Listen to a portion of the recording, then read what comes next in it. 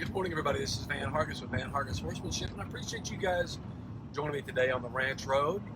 Actually, we've already been to the ranch, and now we are headed to the airport to pick up a student from New Hampshire. She's flying in here into Austin Airport today, so we're making a mad dash over there to pick her up. I hope you guys had a great Thanksgiving. I know we did. We're very thankful for our friends, family, folks like yourself. We're so glad that you guys could join us. And I've said this before, I say it all the time. Without you, I couldn't do what I do. So I'm incredibly grateful for each and every one of you. Thank you for listening. Thank you for being a part of Van Hargis Horsemanship. Thank you for being a part of Ride Every Stride. Thank you for being a part of our daily things that we do here on the ranch road. Yesterday, we posted a thing on Facebook about it's kind of an old quote that I say a lot whenever I see somebody trying to stop their horse with their bit. In other words, they're still riding the darn thing and they're pulling on it like a son of a gun and expecting the horse to stop, and they wonder why their horses don't stop good or don't stop big. Sometimes flat out just don't stop. So I want to clarify what we said yesterday. On the post, we made a comment about, you don't pull on the reins while you're still in rhythm. In other words, while you're still riding your horse, it's not a good idea to pull on the reins. And we kind of left it at that, but there should be a ... if you're asking for the horse to stop. So in other words, anytime you're asking for the horse to rake down, anytime you're asking for the horse to stop, I'm going to go through really quickly what I call the 3 steps to stopping. Number 1, quit making him go. Number 2, say the word whoa. And the number 3, that's when we pick up on the reins. We don't pick up on the reins until the last thing we do. In other words, this doesn't make any sense. If we want our horses to stop, we're to pull on the reins while we're still riding them, while we're still pushing them. Even if we don't intend to, we've got to get that sequence in order, or the horse is going to, over time, get dull and starting to ignore the bridle, start ignoring the bit, start ignoring the quote-unquote command to stop.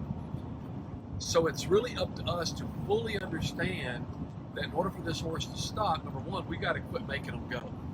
Now, here's where I'm going to clarify that a little bit, because if you read it just the way it was, I'm surprised there wasn't more people going, yeah, but what about?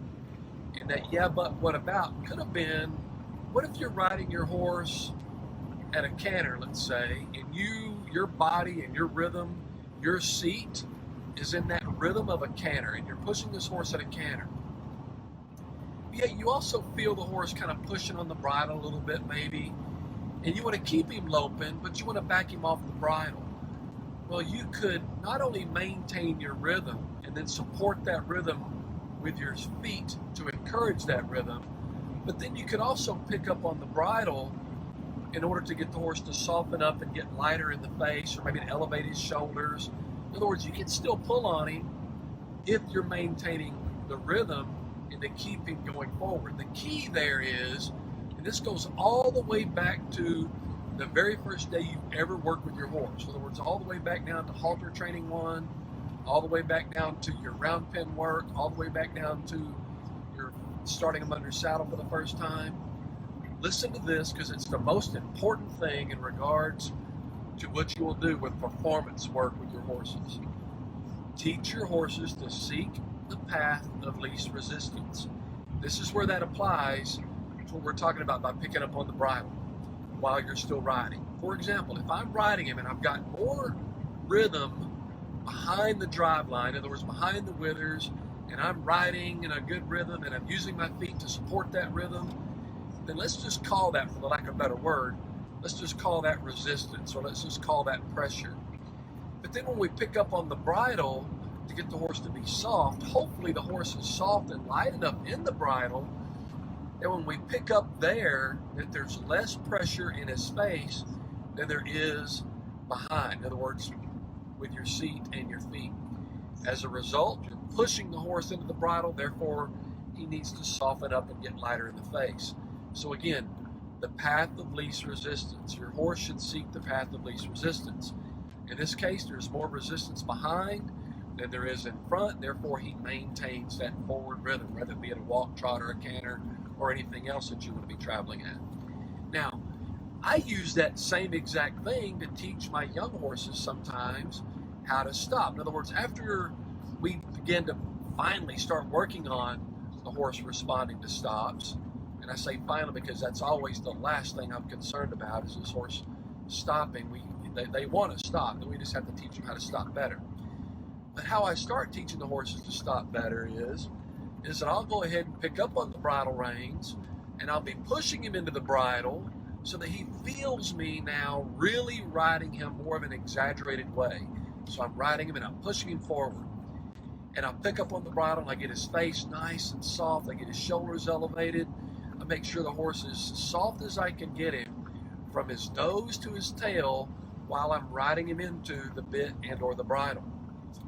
And then I ask myself, why is my horse going? Because I'm really making him go. I'm driving him into that bridle. I want him to feel that there's more resistance from behind than there is in front. Really want him to feel that. And I want him to feel that his face is soft and light. Get him all soft there, get him nice and round. And then I will maintain that exact same pressure with my hands, in other words, on the bit and or the bridle.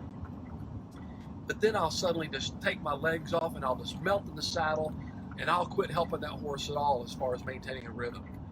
Now let me ask you that question. Now where is the greatest resistance? Now where is the greatest pressure? And that's up front. Therefore, if there's nothing pushing him from behind, he's going to stop and he's going to stop better. All he's got to do to make me happy is just stay soft. In other words, I just want him to stop and yet still maintain that softness and the lightness. Look at it this way. Think of yourself as pushing on the gas and pushing on the brake at the same time. Whichever one of those you're pushing on the hardest is the result that you're going to get. So if you're pushing on the brake more, your vehicle's going to slow down and or stop. If you're pushing on the gas more, your engine's going to rev and it's going to push through the brake and it's going to continue to go. If you're pushing on them at the exact same time and then you let off the gas, your vehicle's going to stop and it's going to stop very suddenly. So think about that in regard to that. So that may be a little bit lengthy, but I tell you guys again, I appreciate you guys every day for listening to me. Again, I hope you guys had a good Thanksgiving. And if you have any questions or comments in regard to our post yesterday and or our video today, be sure and let us know. And you can email us at info@vanhargis.com, or of course just contact us via Facebook. Appreciate you guys as always, and until next time, this is Van Hargis with Van Hargis Horsemanship.